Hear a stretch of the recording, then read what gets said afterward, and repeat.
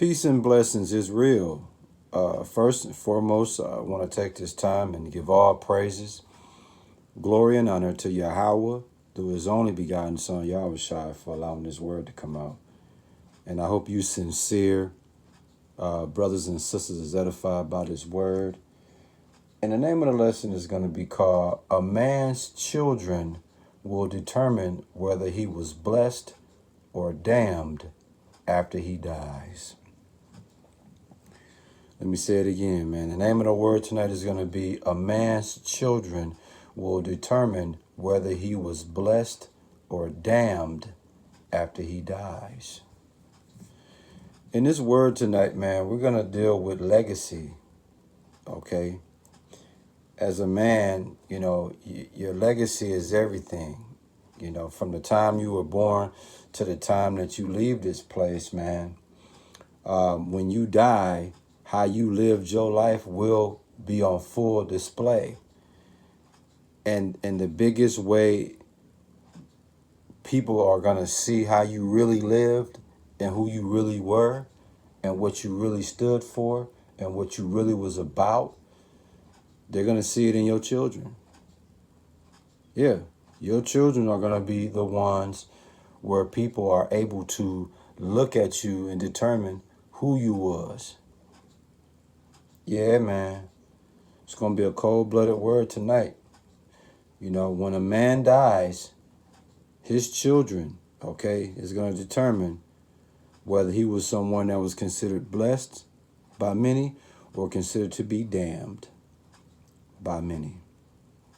What you see on the screen is a funeral, okay? And you see also the photo of the deceased. So you sincere brothers out there, man, including myself, when our funeral take place, it's going to look something like this, I'm sure. And one thing that you got to look out and take notice of, no matter who speaks highly of you, no matter who speaks great of you, your children are going to be the ones to determine who you really were once you die. Yeah.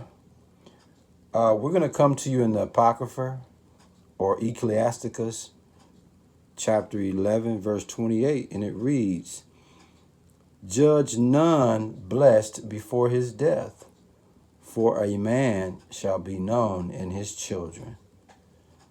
That's what the word, we're going to focus on that. That's the main scripture in this word. And again, it says, judge none blessed before his death, for a man shall be known in his children. It don't get no clearer than that. In other words, in Sirach 11 and 28, it tells you to form not an opinion or conclude a man worthy of adoration or divinely favored before his state of being deceased. In other words, again, man, I want y'all to really get this. Form not an opinion or conclude a man worthy of adoration or divinely favored before his state of being deceased. Okay? In other words, please don't rush to anoint someone blessed before his exit of life. Because as life goes on, his children will help you give you the more accurate assessment of who he was. I hope y'all caught that. Sirach 11 and 28 says, judge none blessed before his death, for a man shall be known in his children. So in other words, man, a man shall be recognized in his sons and his daughters. You see, if his children was well behaved, if his children had demonstrated great behavior, if his children displayed being noble and respectful, if his children showed that they were great spiritual law-abiding citizens, then guess what? That man would be considered blessed and praiseworthy, man. Yeah. Blessed and praiseworthy, man. So again, for a man shall be known in his children. Okay? And again, if his children is well behaved, great behavior, noble, respectful, and demonstrate that they are great spiritual law-abiding citizens, then that man will be considered blessed and praiseworthy after he dies. You see? In Ecclesiastes 7:1, it speaks about a good reputation, a good name is more valuable than costly perfume, man. A good reputation, a good name, okay, is more valuable than costly perfume. And this Ecclesiastes 7:1 lines up with the legacy of a man through his children. If his children display bad manners, terrorize a society, they demon-spirited to do evil, and they disrespectful parents, then that man would be considered damned and cursed after he dies, based off of what his children end up being, based off who his children end up, being. You see that? A man's children will determine whether he was blessed or damned after he dies, man. Cold-blooded. In Proverbs 23, verse 13 and 14, it reads, "Withhold not correction from the child, for if thou beatest him with the rod, he shall not die." Verse 14, and it reads, "Thou shalt beat him with the rod, and shall deliver his soul from hell." You see that? Now let me penetrate those scriptures right quick, man. Proverbs 23, verse 13 and 14.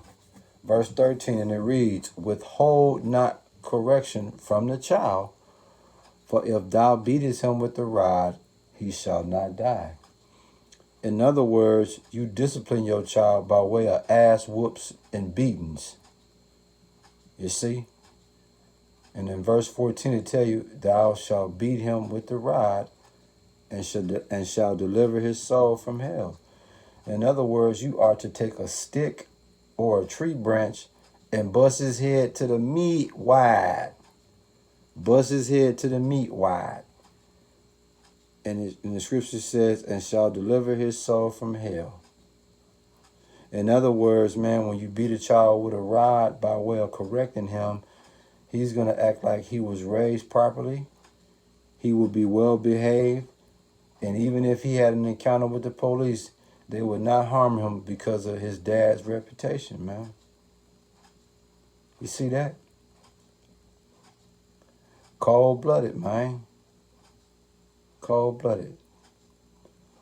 What's the name of the lesson, man? A man's children will determine whether he was blessed or damned after he dies. You see, and in Psalms 103, verse 13, it says, "Like as a father pitied his children, so the Lord pitied them that feared him." So a father that has compassion for his children, so the Lord have compassion for them that fear him. You see that? So at the end of the day, man, a man's children is going to determine whether he was blessed or damned after he dies, man. And like I told you before, in Proverbs 23, 13 and 14, it reads, "Withhold not correction from the child, for if thou beatest him with the rod, he shall not die." But verse 14, "Thou shalt beat him with the rod, and shalt deliver his soul from hell," man. You see that? So you take a stick or a tree branch and you bust his head to the meat wide. You dig? Yeah. So this is what you have to understand, okay? When you correct the child by way of whooping his ass and beating his ass, he will act like he was raised properly. He's going to act well behaved. And if, like I say, if he had an encounter with the police, they would not harm him because of his dad's reputation, man. You see that? That's cold-blooded, man. That's cold-blooded. I hope you sincere brothers and sisters was edified by this word. And we give all praises, glory, and honor to Yahweh through his only begotten son, Yahushua, for allowing this word to come out, man. Shalom.